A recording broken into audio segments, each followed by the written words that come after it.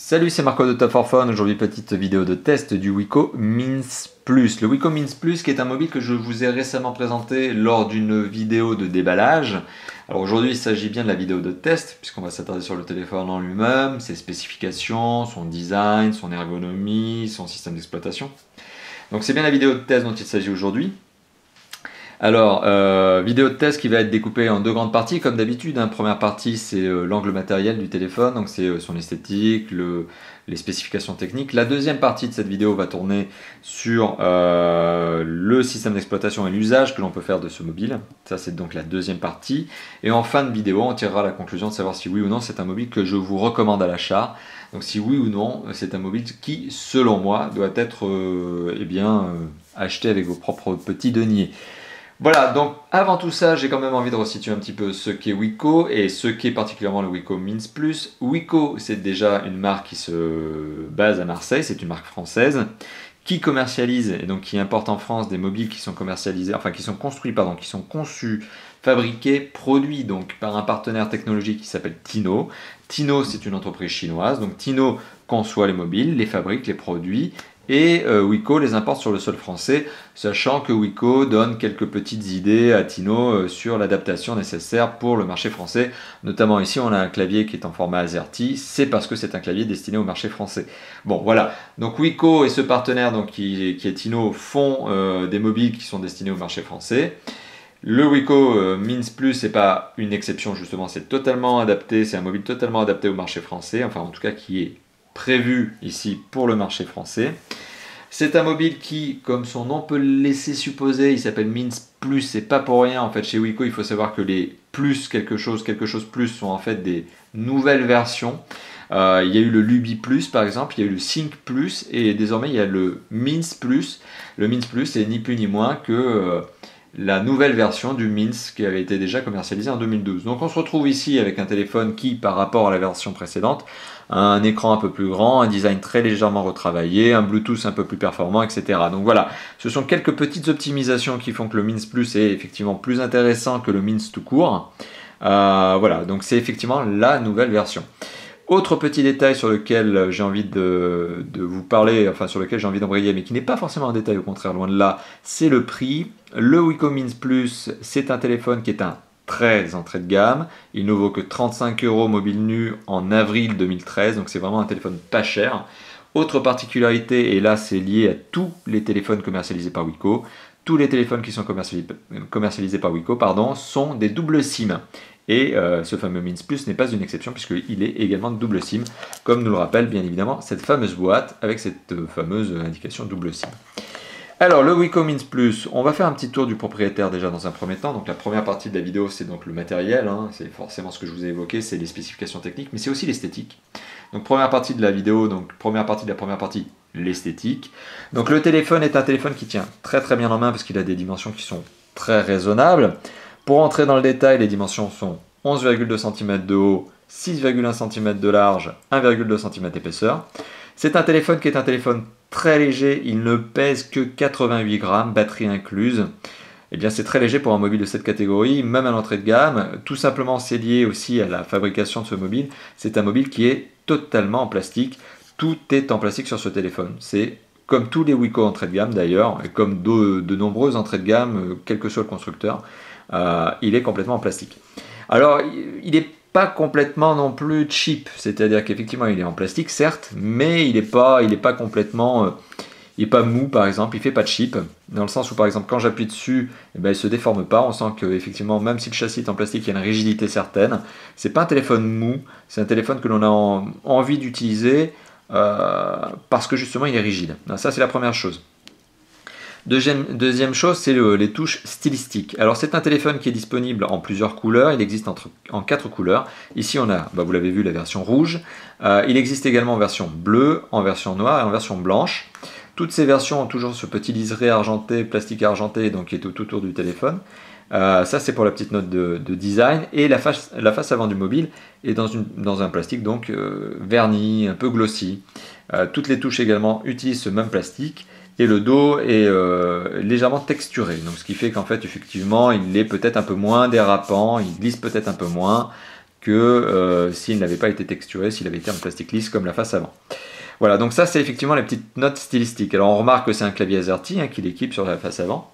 Un clavier AZERTY tout à fait complet, qui embarque donc d'autres fonctionnalités ici en bouton supplémentaire. Donc un bouton effectivement ici, alors je vais débloquer le téléphone, un bouton ici qui est le lecteur MP3, un bouton ici qui est le SMS, un bouton SIM 1, un bouton SIM 2, ici, voilà, SIM 1, SIM 2, bon, un bouton de navigation et un bouton raccroché ici, voilà. Donc ça, ce sont effectivement les touches qui équipent la face avant de ce mobile, donc effectivement, tout se passe d'ailleurs sur la face avant, vous avez remarqué, il n'y a aucun bouton supplémentaire, tout est là. Alors, si on fait le tour du propriétaire, sur sa face avant, son fameux clavier AZERTY que je viens de vous évoquer, son pad 4 directions au centre avec ce petit effet chromé. Au-dessus, un écran qui est un écran de 2,4 pouces sur lequel je vais revenir, 2,3 pouces pardon, sur lequel je vais revenir d'ici quelques instants. Sur le côté gauche du mobile, eh bien strictement rien, comme je vous l'évoquais, il n'y a qu'un petit effet stylistique en termes de courbe ici. Sur le haut du mobile, on retrouve le jack 3.5 et un micro USB donc qui permet la charge du mobile. Sur le droit du mobile, on ne retrouve aucune fonctionnalité. Sur le bas du mobile, on retrouve deux petites encoches. Une ici qui permet de retirer le cache batterie comme je vais le faire d'ici quelques instants. Et ici une attache Dragon. Petit détail que j'ai oublié de vous citer, ici on retrouve l'entrée micro primaire mais qui est seule, il n'y a pas d'entrée micro secondaire pour atténuer le bruit extérieur, donc le parasite sonore. Et ici on retrouve, alors là je jongle un peu avec les reflets, on retrouve ici l'écouteur. Alors, détail supplémentaire, sur le dos du mobile, on retrouve donc un capteur photo, 1,3 mégapixels, pas de flash LED, pas d'autofocus, fonction caméra, le marquage Wico et ici un haut-parleur. Alors si j'enlève justement ce cache batterie pour accéder à la batterie, alors la batterie est forcément une batterie amovible, vous en doutez. Donc le plastique est effectivement très rigide, un peu dur à enlever, mais effectivement voilà, c'est un plastique rigide. On retrouve donc à l'arrière cette fameuse batterie qui est une 950 mAh, qu'il me faut enlever d'ailleurs pour accéder aux cartes SIM. Alors j'enlève la batterie, donc une 950 mAh, je vais essayer de faire un petit zoom pour vous montrer, enfin un petit focus pour vous montrer la capacité, donc voilà 950, c'est une batterie spécifique Wico. On retrouve ici donc les deux emplacements de cartes SIM. Pour le coup, vous aurez remarqué que j'ai deux cartes SIM. Alors là, on voit un petit peu les logos, mais qui sont des cartes SIM Pritel, qui est toujours notre sponsor et qui nous permet d'utiliser ces services téléphoniques pour faire les tests des mobiles.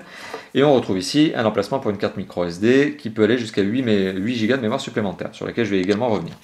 Alors, je remets la petite batterie, je remets le petit cache batterie et je rallume le téléphone. Alors, le fait de rallumer le téléphone passe comme c'est un grand classique par le bouton off. Donc, j'appuie longtemps sur le bouton off. Donc voilà, je rallume le téléphone. Petite animation de démarrage de Wico, donc Wico Means Plus. Je suis obligé donc naturellement de saisir mes codes PIN, donc les deux codes des deux SIM, puisqu'il y en a deux. Alors vous aurez remarqué que je suis extrêmement imaginatif et je suis extrêmement mauvais élève, tout simplement parce que je n'ai pas changé les codes PIN par défaut de l'opérateur. Donc je suis très mauvais élève. Voilà, on voit effectivement que les deux cartes SIM sont bien détectées, Pritel et Pritel. On remarque ici les deux accroches réseau.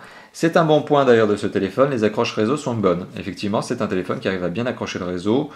Pour les tests que j'ai eu l'occasion de faire, que ce soit en milieu clos, que ce soit en pleine rue ou autre, l'accroche réseau a toujours été bonne. Donc ça, c'est un bon point. Justement, c'est vraiment une des forces de ce fameux Wico Means Plus.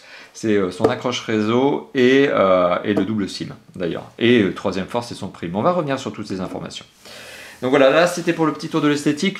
Somme toute un téléphone qui présente pas trop mal. Alors certes, effectivement, il n'est pas ultra valorisant, c'est du plastique, c'est un BlackBerry-like, mais en plus cheap, mais pas trop cheap non plus, parce que finalement, voilà, il n'est pas mou, on a plaisir à l'utiliser, le clavier tombe bien sous les pouces, les touches sont peut-être un petit peu trop glissantes, c'est un peu dommage, elles sont bien bombées, mais elles sont un peu glissantes. Bon, effectivement, voilà, mais ça s'utilise parfaitement bien. Donc voilà, effectivement en termes d'esthétique, bon, c'est pas trop mal, c'est pas super valorisant, mais en tout cas le résultat est correct. Voilà. En tout cas, largement correct pour un entrée de gamme. Autre notion sur laquelle j'ai envie de revenir maintenant sous l'aspect du matériel. Alors deux autres notions. Première notion c'est l'écran lui-même, la deuxième notion c'est le son. Alors la première notion, l'écran. Alors l'écran, eh bien c'est un sympathique 2,3 pouces. Je trouve ça sympa sur un mobile entrée de gamme de ce niveau-là, de 35 €, je le rappelle. C'est un bon écran, il a une bonne lisibilité, une bonne luminosité d'ailleurs qui est réglable. Alors pas en automatique mais qui est réglable via le menu. 65 000 couleurs. La lecture des SMS est bonne, pas de problème là-dessus. On peut lire facilement le menu. C'est très propre. Voilà, vraiment au niveau de l'écriture, je trouve ça très propre. Alors maintenant, pour rentrer un petit peu dans le détail, pour vous dire un petit peu la résolution de ce téléphone, hein, de cet écran, c'est un écran qui fait 320 pixels par 240 pixels. Alors c'est pas un écran HD, ce qui m'amène aussi à vous dire que lire une vidéo sur ce téléphone n'est absolument pas agréable, dans le sens où le lecteur en plus vidéo grignote une partie de l'image, donc c'est pas forcément l'usage de ce téléphone. Ce téléphone n'est pas fait pour lire des vidéos, en tout cas pas de manière confortable. C'est pas son but à ce téléphone. Son but, vous l'imaginez bien avec son clavier, c'est forcément de taper du texte. Voilà, donc ça c'est pour l'écran. L'écran est somme toute de bonne qualité également. Pour l'entrée de gamme, c'est voilà, il n'y a pas à tirer sur l'ambulance, c'est pas mal, c'est vraiment pas mal.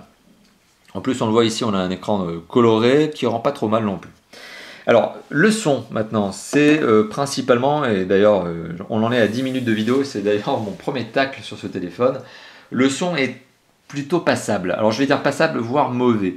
Alors pour être clair, en fait, le son qui est procuré par l'écouteur principal lorsque vous êtes en conversation est correct. Voilà, le son est un petit peu étouffé, mais c'est pas mauvais. On écoute tout à fait correctement son interlocuteur. C'est pas une grande qualité de son, c'est pas super cristallin, c'est pas du haut de gamme, hein, je le rappelle. Mais voilà, en termes de qualité de son lors de l'écoute sur cet écouteur, lors des conversations par exemple, c'est tout à fait correct, c'est passable. La qualité de son du haut-parleur à l'arrière reste également, on va dire, correcte. On va dire ça pour éviter d'utiliser encore une fois de plus le mot passable, mais je vais vous faire écouter un petit titre musical, un petit MP3. Alors je suis obligé de naviguer dans mes fichiers. Ça m'amène aussi à vous dire une autre chose, c'est que le système d'exploitation de ce téléphone ne parcourt pas la carte mémoire dans son intégralité. C'est-à-dire que si vous avez des MP3 qui sont stockés dans un répertoire de votre carte micro SD, eh bien il faut aller à la mano. C'est-à-dire qu'en fait, si vous voulez mettre des MP3 sur votre carte micro SD, vous êtes obligé de les mettre à la racine de la carte micro SD, sinon ils ne seront pas détectés automatiquement. Enfin bon, quoi qu'il en soit, il y a un gestionnaire de fichiers qui me permet donc d'aller chercher de la musique et de mettre un petit titre MP3. Ensuite, le son, pour tout vous dire, est réglable ici, avec ces deux touches, moins et plus. Voilà. Et le son est donc procuré par le haut-parleur qui est ici. Alors, je laisse la musique un peu tourner. Voilà. Donc le son n'est pas spécialement bluffant, on va dire qu'il est passable. Quand vous allez utiliser ce téléphone en haut-parleur justement pour avoir les mains libres avec votre interlocuteur, enfin lorsque vous conversez avec votre interlocuteur, bon voilà, on arrive à comprendre ce que dit l'interlocuteur, c'est pas trop le problème. Par contre, quand vous mettez de la musique, forcément vous l'avez vu, bon, c'est assez moyen. Non, mon gros tacle sur la qualité de son, et là forcément je ne peux pas faire autrement que de bien tacler ce téléphone, c'est par le jack 3.5. J'ai difficilement, je vais le dire comme ça, j'ai difficilement trouvé un son aussi mauvais que celui procuré via le jack 3.5. J'ai tout essayé, j'ai essayé des casques audio, des vrais casques audio, j'ai essayé un kit piéton, celui de mon Nexus 4 par exemple, j'ai essayé même le kit piéton d'origine, celui fourni avec le téléphone. Le son est très mauvais. Donc le son procuré par le jack 3.5 est de très mauvaise qualité. Je ne sais pas si ça vient du mobile en lui-même, si ça vient du jack 3.5, si ça vient d'un problème logiciel lorsque le son est rediffusé sur le jack. Je n'en sais rien, mais en tout cas, quoi qu'il en soit, le téléphone, effectivement, lorsqu'il diffuse le son via le jack 3.5, ce son est particulièrement mauvais. Je ne peux pas dire les choses autrement. C'est étouffé, c'est très grésillard, c'est parfois assuré. C'est absolument pas agréable et quel que soit le casque avec lequel j'ai essayé justement ce téléphone, et pourtant j'en ai essayé une bonne demi-douzaine, ça n'a jamais été concluant. Voilà, donc c'est vraiment le gros défaut de ce téléphone, c'est le jack 3.5 qui est vraiment mauvais. Enfin, le son diffusé est vraiment mauvais. Voilà. Donc voilà, au bout de 13 minutes, je balance déjà un gros tacle sur ce téléphone. Poursuivons sur l'analyse du mobile. Les performances. Alors je vous ai évoqué effectivement son écran, le son, l'esthétique. Maintenant j'embraye sur les performances. Alors les performances du téléphone, on va pas parler de processeur, on va pas parler de mémoire vive parce que ça ne serait pas applicable sur ce genre de téléphone. En fait, processeur, mémoire vive sont extrêmement faibles sur ce mobile. Il n'est pas destiné à faire tourner des jeux et d'ailleurs ça tombe bien parce que de toute façon vous ne pouvez pas utiliser de jeu sur ce téléphone. Il n'est pas prévu pour. Donc pas de processeur graphique dont on va discuter, pas de processeur tout court, pas de mémoire vive. On va discuter par contre de la mémoire de stockage. Alors la mémoire de stockage, par défaut, elle est plutôt faible. Mais est-ce que c'est un problème sur ce genre de mobile? Pas vraiment.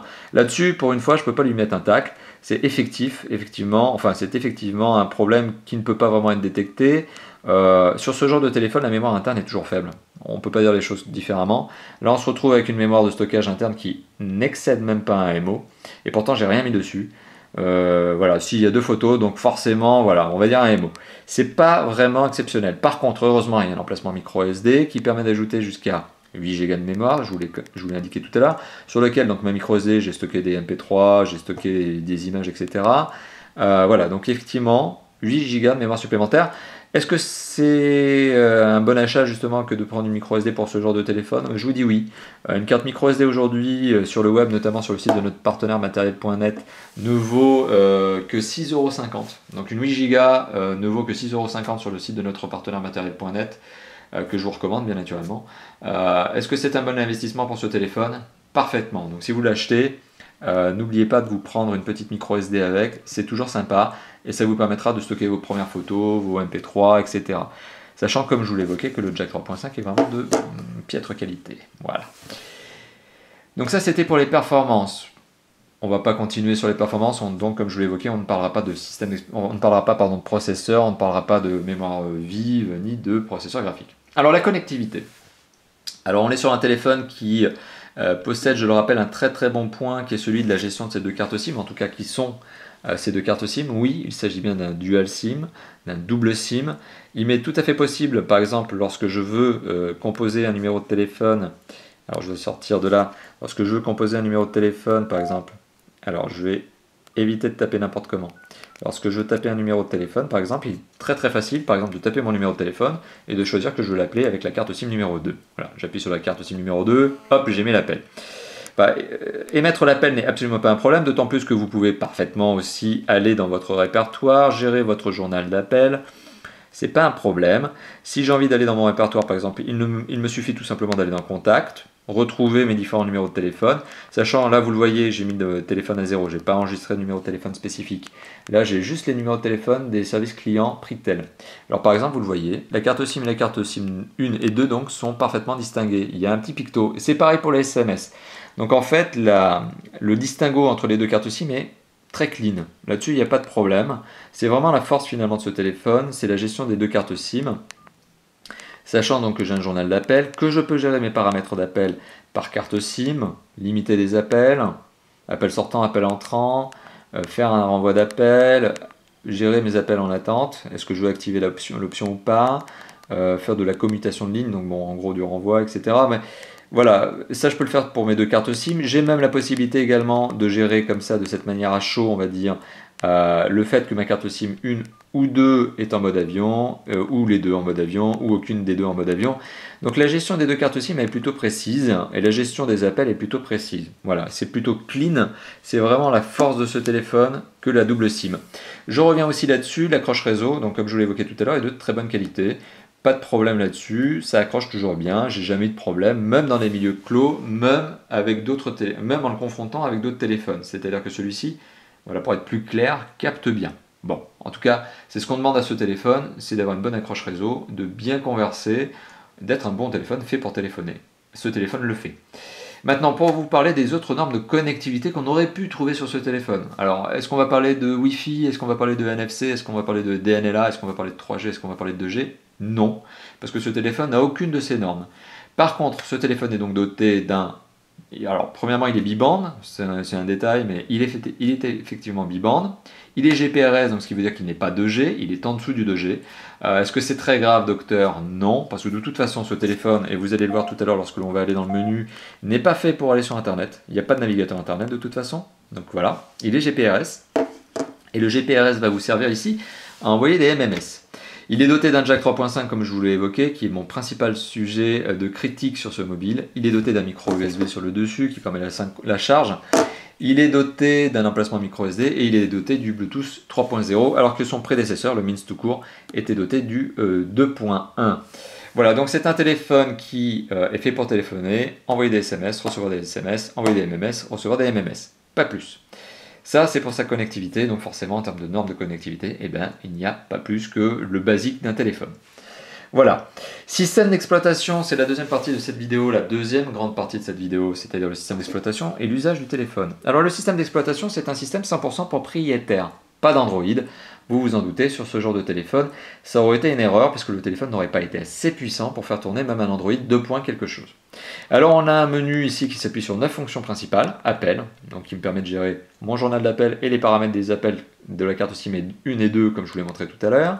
Les messages, donc ce qui me permet bien évidemment de composer un message SMS ou MMS ou d'accéder forcément au message précédent. Voilà.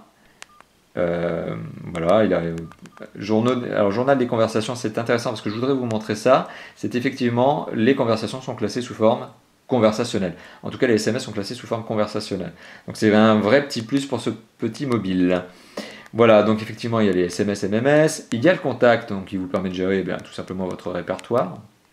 Le multimédia qui vous permet de gérer donc notamment la caméra, le lecteur vidéo, parce qu'il y a bien un lecteur vidéo, mais regarder une vidéo là-dessus, c'est pas forcément très adéquat, pas forcément très plaisant, parce que l'écran est tout petit, la résolution n'est pas forcément exceptionnelle.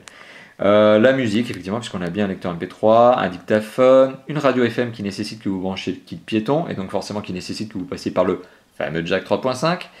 Et voilà, donc ça c'est pour le multimédia. Un appareil photo, qui se trouve donc être l'appareil photo ici, et qui vous permet donc de prendre quelques petites photos. 1,3 mégapixels, pour rappel, c'est l'appareil photo qui se trouve sur ce téléphone, qui vous permet donc en gros de prendre des photos pour personnaliser votre fond d'écran.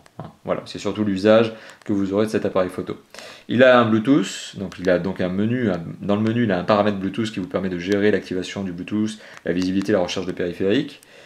Il a la fonction qui s'appelle Mes fichiers, donc qui vous permet, comme je vous l'ai montré tout à l'heure, de gérer la mémoire du téléphone et la mémoire de votre carte mémoire. Des outils, bon, en fait, c'est un peu le fourre-tout où vous retrouvez le calendrier, le réveil, les fuseaux horaires, différents services liés à votre opérateur, la calculatrice, un lecteur de e-book que j'avoue ne pas avoir testé. Mais bon, la lecture des SMS étant correcte, j'imagine que celle des e-books est également correcte. Et vous avez la dernière fonction qui s'appelle la fonction paramètres, qui vous permet forcément de régler les différents paramètres du téléphone. Bon, ce sont des paramétrages de téléphone qui, une fois saisis, ne vous solliciteront plus justement. Et voilà, une fois que vous aurez réglé les paramètres de ce téléphone, vous n'aurez pas vraiment à y retourner, si ce n'est peut-être le mode avion sur une carte SIM ou l'autre. Voilà, c'est peut-être ça qui vous forcera à rentrer dans ce fameux paramètre du menu du téléphone. Voilà, donc ça c'était pour le système d'exploitation. Comme je vous l'ai évoqué, effectivement, on est sur du 100% propriétaire. C'est pas moche, c'est pas mal fait, c'est simple d'utilisation, au moins on se perd pas. C'est facile à mémoriser, donc c'est un bon point justement pour ce téléphone que d'avoir un système d'exploitation simple vraiment. Alors vous l'aurez remarqué, impossibilité d'envoyer des emails puisqu'il n'y a pas de messagerie email dans ce téléphone, impossibilité d'aller sur le web, il n'y a pas de navigateur web. Pas de navigateur WAP, donc c'est pas fait pour ça. Le GPRS, je le rappelle ici sur ce téléphone, n'est fait que pour vous aider donc à envoyer des MMS et à les recevoir aussi. Voilà, donc petite parenthèse supplémentaire en fait de cette deuxième grande partie, c'est l'usage finalement. Autre point justement de cette deuxième grande partie, c'est l'usage. Alors, à qui se destine ce téléphone selon moi? Ce téléphone se destine principalement aux particuliers. J'imagine très très mal un professionnel se satisfaire de ce téléphone, ne serait-ce que parce qu'il ne peut pas aller sur Internet, ne serait-ce que parce qu'il n'a pas de GPS, par exemple, qui sont deux usages extrêmement répandus désormais sur la clientèle professionnelle, en tout cas lorsque vous utilisez votre téléphone de manière pro. Lorsque vous utilisez votre téléphone de manière perso, c'est-à-dire SMS, MMS, appel, donc texto et appel, ce téléphone effectivement est fait pour cet usage-là, donc est fait pour l'usage personnel. Le coût du lecteur MP3 et du lecteur vidéo, franchement, pour moi, et même de la radio FM, pour moi, sont des petits gizmos, des petits gadgets, dans le sens où forcément, je reviens là-dessus, mais le jack 3.5 ne vous incitera pas à l'utiliser justement en mode kit piéton, en mode écouteur, et forcément vous n'allez pas vous servir de ces fonctions à la longue parce que le son est mauvais. Voilà, et donc oui, c'est de l'usage personnel. Moi, ce téléphone, je l'imagine très très bien utilisé, notamment avec deux petites cartes SIM à par exemple 2 € de forfait, vous voyez. J'imagine très très bien deux petits forfaits, comme des forfaits Pritel par exemple, qui vous permettent d'optimiser votre consommation téléphonique. 2 heures d'appel sur l'une, 2 heures d'appel sur l'autre, 60 SMS sur l'une, 60 SMS sur l'autre, bingo, ça vous fait 4 heures d'appel, 120 SMS pour 4 €. Bon, voilà, c'est pas forcément un mauvais choix justement. C'est un téléphone qui va vous pousser à l'optimisation de vos consommations téléphoniques, mais aussi c'est un téléphone qui répond à ce besoin d'optimisation de consommation téléphonique pour vous permettre de baisser votre facture mensuelle. Donc pour moi, c'est un téléphone qui se destine donc à ce type de clientèle très soucieuse de l'optimisation de la facture mensuelle de téléphone. Voilà. Autre point sur lesquels j'ai envie d'arriver, notamment avant la conclusion de cette vidéo, donc ce sont notamment l'autonomie et le DAS du téléphone. Alors l'autonomie du téléphone, eh bien ce téléphone a une autonomie très conséquente. Alors plusieurs jours, tout simplement parce qu'il y a une bonne batterie, 950 mAh sur un téléphone si peu énergivore, donc c'est déjà un bon point. Donc premier point, c'est la batterie, 950 mAh. Le deuxième point, c'est le fait que le téléphone n'est pas spécialement énergivore parce que c'est pas un monstre de puissance, parce que l'écran est très raisonnable. Troisième point qui fait effectivement que ce téléphone ne va pas tomber au bout d'une journée en rade, tout simplement, et ben en fait c'est lié à l'utilisation que vous allez en avoir. Mis à part être scotché au téléphone toute la journée, j'imagine bien ce téléphone tenir plusieurs jours en autonomie. C'est un téléphone qui ne va pas vous provoquer de l'usage. C'est-à-dire que comme il n'y a pas, par exemple, de jeux vidéo, bah, vous n'allez pas rester scotché sur le téléphone à vouloir l'utiliser tout le temps. Donc c'est un téléphone qui est vraiment basique, qui est fait pour le basique, et qui, justement parce qu'il est basique, va tenir d'autant plus longtemps en autonomie parce que vous n'allez pas l'utiliser à trop haute dose. À moins que vous soyez peut-être un accro du SMS, ce qui pourrait être le cas par exemple parce que vous avez un clavier ici qui est un clavier AZERTY qui va peut-être vous inciter à utiliser fortement la possibilité SMS de ce téléphone.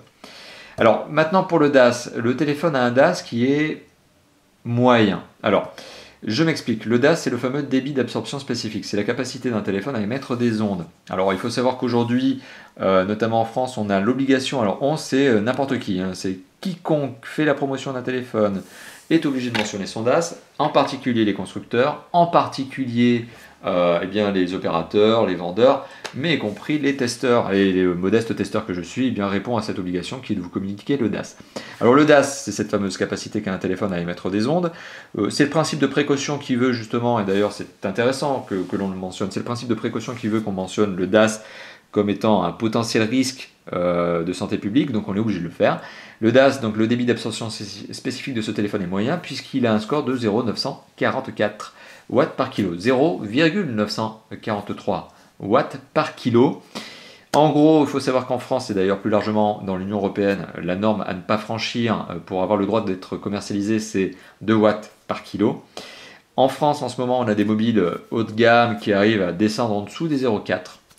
On a de très très bonnes surprises avec des hauts de gamme qui sont même plutôt aux alentours de 0,2 et des poussières.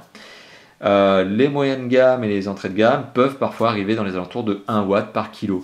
Bah, c'est le cas effectivement avec le Minsk. Donc sachez effectivement que c'est un téléphone qui balance un peu beaucoup d'ondes par rapport à ses petits camarades et qui forcément, mais c'est pas très fair play de le dire comme ça, balance beaucoup plus d'ondes qu'un haut de gamme. Bon, forcément on n'est pas non plus sur le même prix. Un haut de gamme ça vaut 600 €, celui-là en vaut 35. Bon, on est quand même à quasi 20 fois plus quoi. Donc bon, hein, on n'est pas dans le même rapport de prix. Et on ne peut pas comparer ces deux types de téléphones, ces deux catégories. Voilà, donc vous l'avez vu, tout au long de cette vidéo, j'ai bien insisté sur le fait que c'est un entrée de gamme. Alors je vais me permettre maintenant de faire la conclusion de cette vidéo et de vous donner mon impression, et en tout cas ma recommandation ou pas, au sujet de l'achat de ce fameux Wiko Minsk Plus. Alors le Wiko Minsk Plus, j'ai insisté sur le fait que c'est un entrée de gamme, 35 €, c'est l'une des forces principales de ce mobile. C'est un mobile qui est doté d'un double SIM, donc il le rend, je l'ai évoqué tout à l'heure, particulièrement adapté à un type de consommateur très soucieux de sa facture téléphonique mensuelle et donc qui sait optimiser celle-ci, notamment avec le biais de 2 lignes téléphoniques personnelles. Ça n'est pas un téléphone fait pour les professionnels, c'est vraiment un téléphone fait pour les particuliers, pour le personnel. Voilà, c'est un téléphone dont l'usage va être principalement de l'appel, du SMS et du MMS. Pas plus, de toute façon ce téléphone ne permet pas d'en faire plus. Ma principale critique, et je reviens sur ce point, c'est peut-être la 6e fois que je le dis, ma principale critique sur ce téléphone, c'est son jack 3.5 et la qualité de son qui est diffusée par le jack 3.5. J'avoue, j'ai rarement trouvé aussi mauvais sur cet aspect-là. A contrario, par contre, effectivement, le téléphone est très bon en accroche réseau, très bon dans son aspect téléphonique de base. Donc voilà, ça me permet de vous modérer un peu l'argumentation. Donc oui, c'est un téléphone qui est fait pour des usages basiques. C'est un téléphone qui est fait pour les gens qui n'ont pas spécialement envie de mettre beaucoup d'argent dans un mobile. 35 € mobile nu, c'est pas cher. Voilà, c'est vraiment pas cher aujourd'hui. Je pense même qu'avec le temps, on arrivera probablement à grignoter quelques euros sur ce téléphone. Peut-être qu'on arrivera à le voir à une trentaine d'euros, pardon, peut-être 25, qui sait, on ne sait jamais. Enfin, en tout cas, aujourd'hui, il est vendu à 35 €, c'est déjà un excellent rapport prix, on va dire. Voilà, le téléphone ne fait pas cheap. Le téléphone a un bon design, il est plutôt mignonné. Bon, c'est grosso modo un téléphone qui vaut son prix. On ne peut pas lui en demander plus. Et forcément, c'est un téléphone sur lequel je ne peux pas être spécialement critique. Voilà, donc en gros, est-ce que je vous recommande ce téléphone? Je vous le recommande uniquement si vous êtes à la recherche d'un double SIM pas cher. Vraiment. Si vous êtes à la recherche d'un double SIM pas cher, avec un clavier AZERTY, donc pour textoter, comme on dit, voilà, c'est de l'argot, mais pour envoyer du texto, oui, c'est un bon choix. Par contre, j'insiste bien sur ce fait, si vous voulez un téléphone qui en fasse un peu plus, donc un peu plus que l'appel et le SMS, un peu plus que le MMS, eh bien ne le prenez pas, parce que de toute façon ce téléphone n'est pas adapté à ce type d'usage. Ce téléphone c'est un basique. Si vous voulez un lecteur MP3, vous serez forcément déçu. Si vous voulez un lecteur vidéo, vous serez forcément déçu. Si vous voulez quelque chose qui va sur le net, forcément vous serez déçu parce qu'il ne le peut pas. Et si vous voulez quelque chose qui fait des jeux, vous serez d'autant plus déçu également parce qu'il ne le peut pas. Donc c'est un téléphone basique que je ne vous recommande que si vous êtes à la recherche d'un basique pas cher. Voilà. Et double SIM surtout. Voilà, merci d'avoir visionné cette vidéo. Je me rends compte qu'elle fait 30 minutes. Désolé pour les multiples allers-retours. Désolé pour avoir insisté sur le jack 3.5, mais c'est vraiment mon problème avec ce téléphone. Désolé d'avoir insisté aussi avec le fait que c'est un très bon double SIM, parce que c'est un très bon double SIM. Merci d'avoir visionné cette vidéo. Comme d'habitude, elle est publiée sur notre chaîne YouTube. D'ailleurs, c'est peut-être là où vous êtes en train de la consulter actuellement.